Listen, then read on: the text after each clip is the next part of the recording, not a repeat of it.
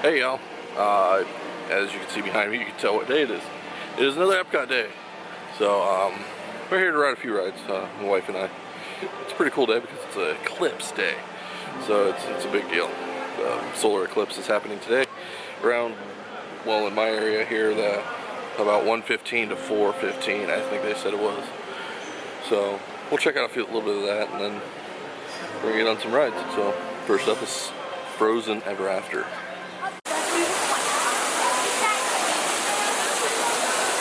Hey, it's Kristoff. Look at that. Alright, come up to Frozen with a 25-minute wait. So, this is going to be good. Nice short wait.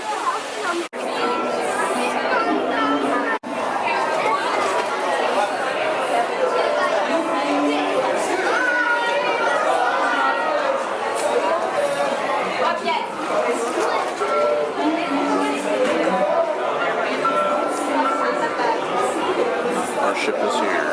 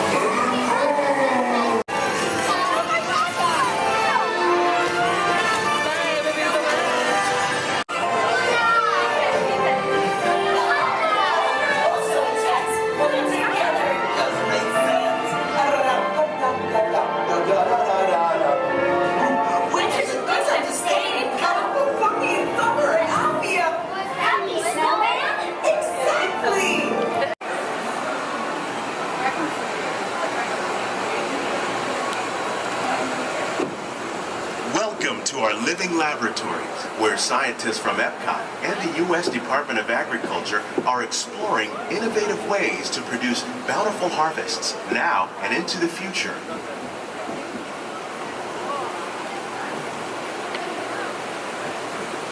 The tropics are home to the greatest diversity of plants on the planet.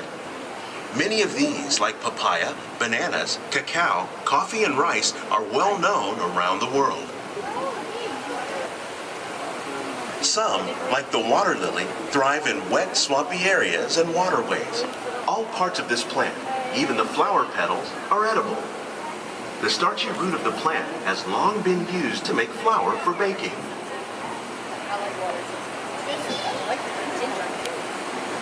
One day, many of these lesser-known tropical plants may be as important as the bananas growing on both sides of the boat. More than 28 million tons of bananas are eaten annually. Mention farming. You probably don't think of fish, but fish farming, or aquaculture, accounts for nearly half of all the seafood consumed globally. Tilapia, bass, and catfish, like the ones you see here, are three of the more popular crops raised by fish farmers. While there are more than 50,000 edible plant species in the world, Most of us are only familiar with the handful that make up our everyday diet. The common grains growing here, wheat, maize, sorghum, and millet, plus rice, account for nearly 2/3 of our global food consumption. Learning how to increase yields of these staples is an important goal of research around the world. Tequila? These plants are definitely on their way up. Innovative growing techniques like these increase yields while more efficiently using resources like water, fertilizer, and pesticides. Another innovation at work here is our integrated pest management program. By populating our greenhouses with beneficial insects that prey on harmful pests, like it precisely controls and recycles water and nutrients. With it, we can produce over 27,000 heads of lettuce a year in this one small area.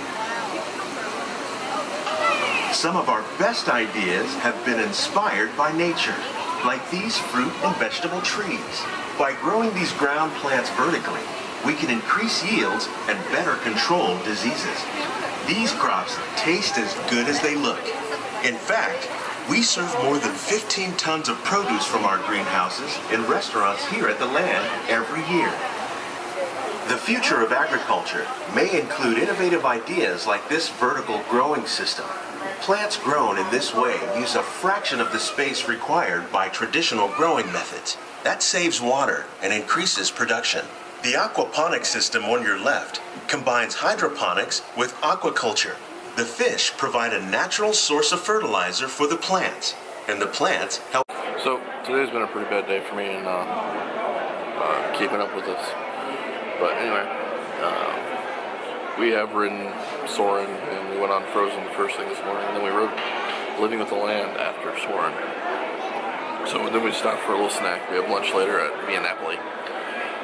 But, it's been a hot day. And we've been sitting here in the Land Pavilion for probably about 45 minutes because it's just hot outside and I'm trying to cool down a little bit. But the real reason we came up here today was on the 13th, the Mission Space reopened, so we're getting ready to go ride that next. That's our next Fast Pass, so we'll get back to you when we get to there. So.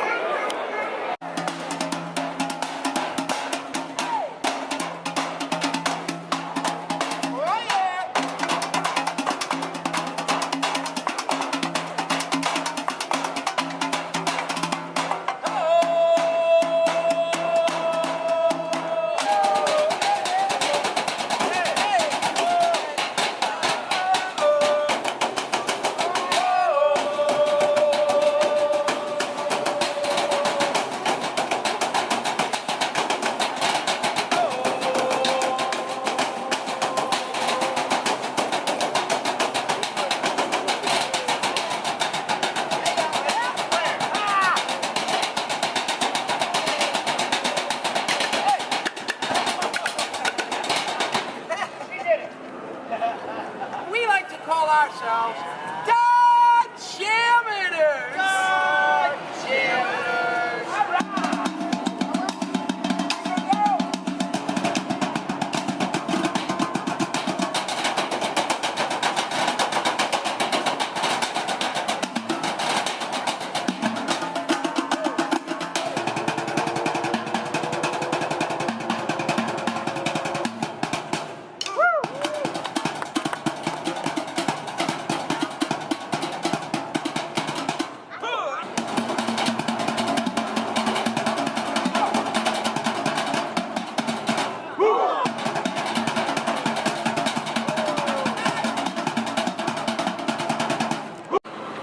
Alright, next up is Mission Space. This actually used to be a different ride, completely different building. It was Horizons at one point, but unfortunately there was a giant sinkhole in the back corner of it, so they had to tear down the whole building and they rebuilt this in its place. So there are two different levels of the ride. There's a more intense and a less intense. We are going to do the more intense because we like to feel like we're going to throw up afterwards.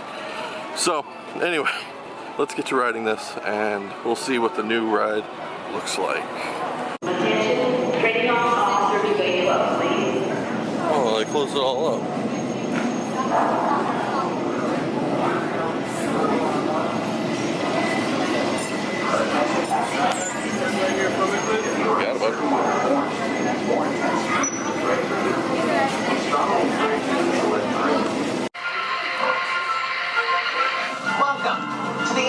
International Space Training Center.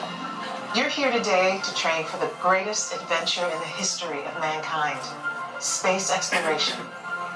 I know you're probably feeling a little nervous right now, but don't worry. Every astronaut has felt that way at one time or another, even the heroes who went to the moon. But there is one thing they had that you don't have yet: training. You're here today for flight training, the most thrilling experience that any astronaut candidate will ever have. Before you decide if it's right for you, let me introduce you to your spacecraft, the X-2 Space Shuttle. It's powered by solid hydrogen and can accelerate from 0 to 6,000 in 60 seconds. So when you hear the words "go for launch," you'll definitely want to hang on. Selected Orange Team More Intense Training. If you are prone to motion sickness or made uncomfortable by enclosed dark spaces, simulators, or spinning, you may exit the flight training area now. Ask a uniformed crew member for directions to the Green Team Less Intense Training Area. Congratulations, team. You have been selected to train for a mission to Mars. Teams are awaiting your arrival at the landing site here at Valles Marineris.